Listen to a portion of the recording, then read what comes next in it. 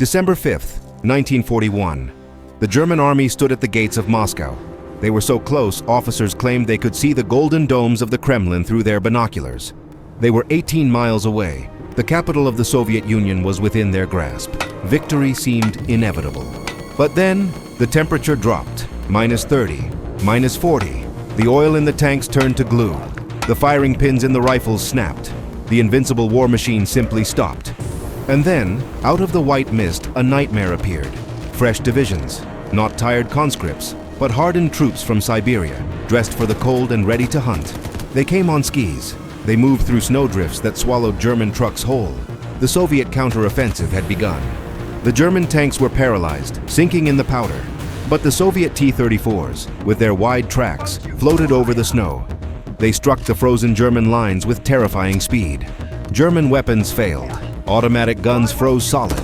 Soldiers were forced to urinate on the breeches of their cannons just to get them to fire one last shot.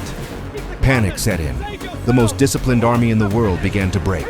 They abandoned their heavy guns. They left their vehicles. They ran.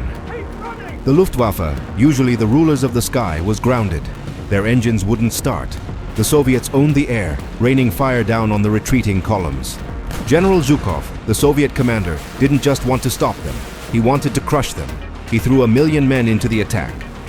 The front line collapsed. In some places, the Germans were pushed back nearly 200 miles. The invincible Blitzkrieg was moving in reverse. By January, the fields before Moscow were a graveyard of steel. Thousands of tanks, trucks, and guns left to rust in the ice. It was the Wehrmacht's first great defeat.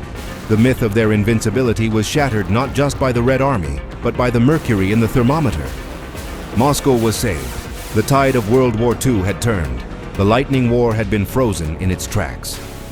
Napoleon learned it in 1812. Hitler learned it in 1941.